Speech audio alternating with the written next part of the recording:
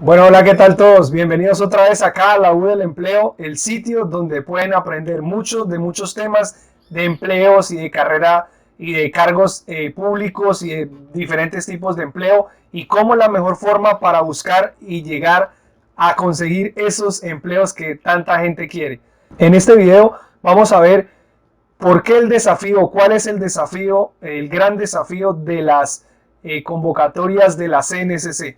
Si aún no sabes qué es las convocatorias de la CNCC, acá te dejo la tarjetica para que puedas ver nuestro diccionario de las convocatorias CNCC y puedas aprender de esos conceptos básicos para que entiendas cuando te estoy hablando de qué estamos hablando y no quedes así como perdido.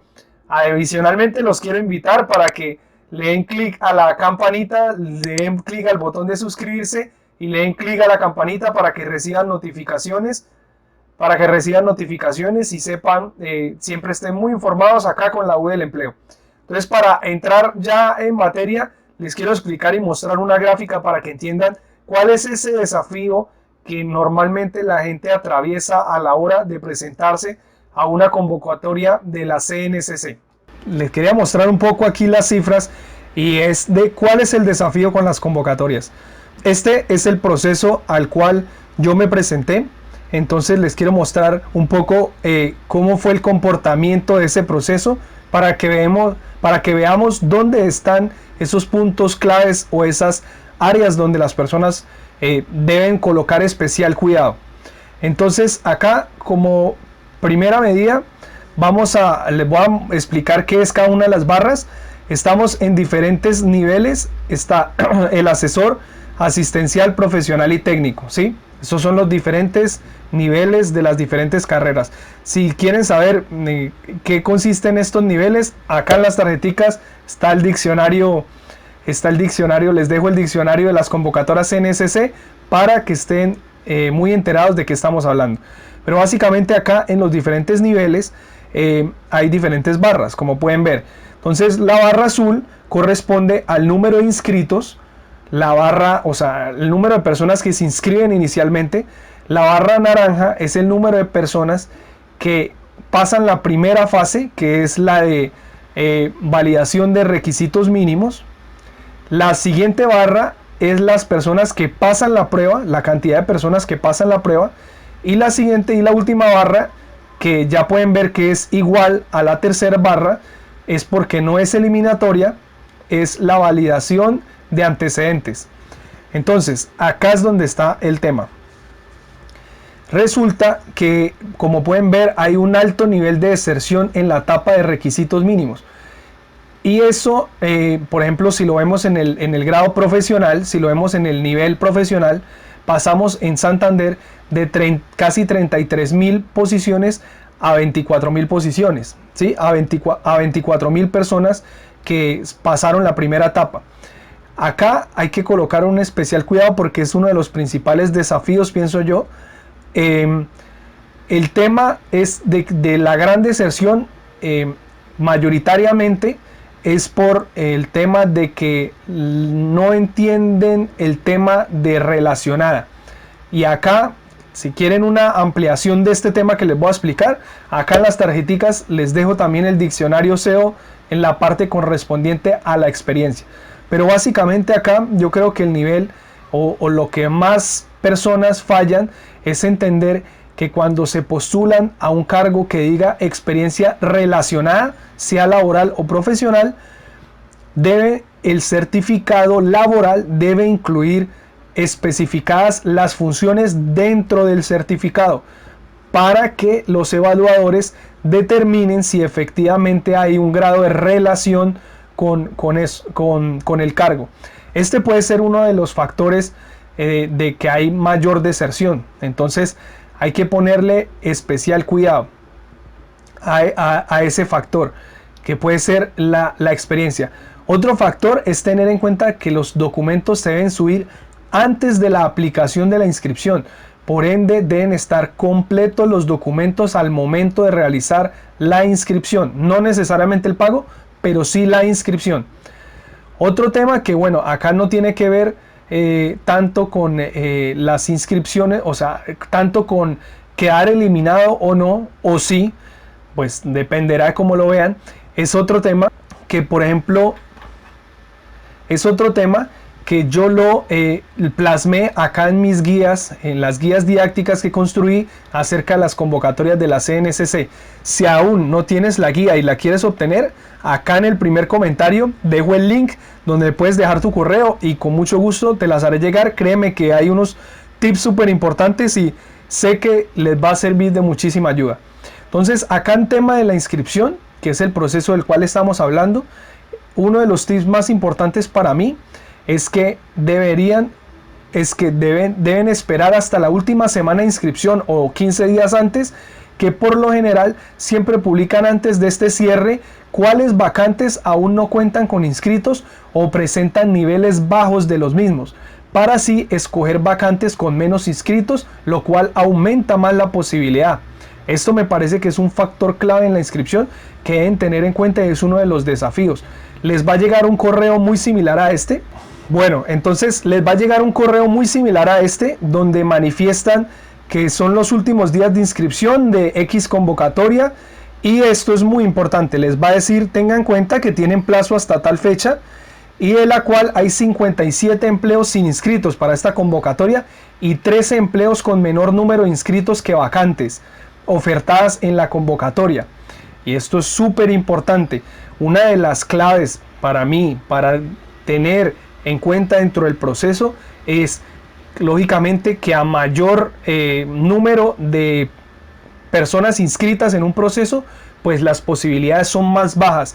Yo en mi proceso tuve muy en cuenta este dato. Ustedes pueden ver constantemente cuántos inscritos hay por cada cargo y con ese número de inscritos tomar las decisiones. Yo tenía unos trabajos, recordemos que solamente se pueden presentar a un solo cargo por convocatoria y yo tenía unos cargos preseleccionados, pero había unos que habían para un solo cargo o 200, 300 inscritos a ese cargo. Entonces yo lo que decidí fue revisar muy bien, inscribirme, pagar y inscribirme en la última semana para tomar la mejor determinación.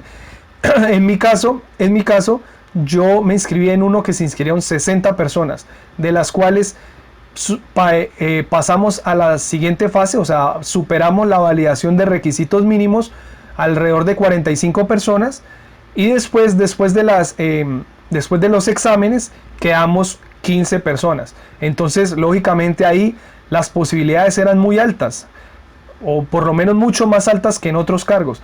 Por ejemplo, yo me inscribí para la alcaldía de Piedecuesta, que es un municipio contiguo a Bucaramanga, pero la alcaldía de Piedecuesta tenía una densidad inferior de postulaciones con respecto a la alcaldía de Bucaramanga y la gobernación de Santander, siendo que eran municipios vecinos, digamos prácticamente están en la misma área, que acá se llama el área metropolitana. Pero allá era muy denso, había muchas personas inscritas y eso pues obviamente cambia todo ese proceso pues modifica todo ese proceso de selección. Entonces lo hace, digamos, más difícil de acceder o las posibilidades son menores.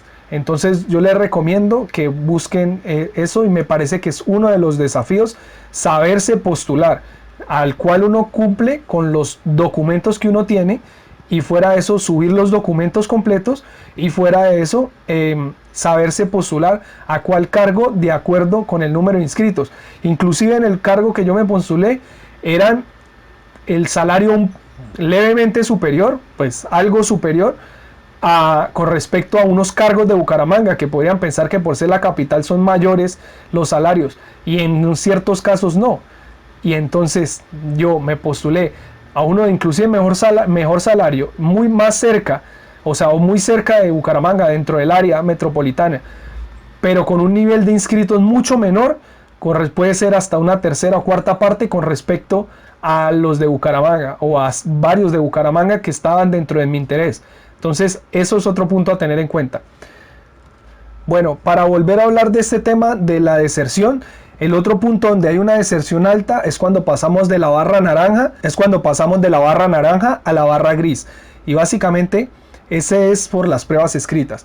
Y ustedes me dirán, ¿es muy difícil las pruebas escritas? Yo tendré que decir, no necesariamente.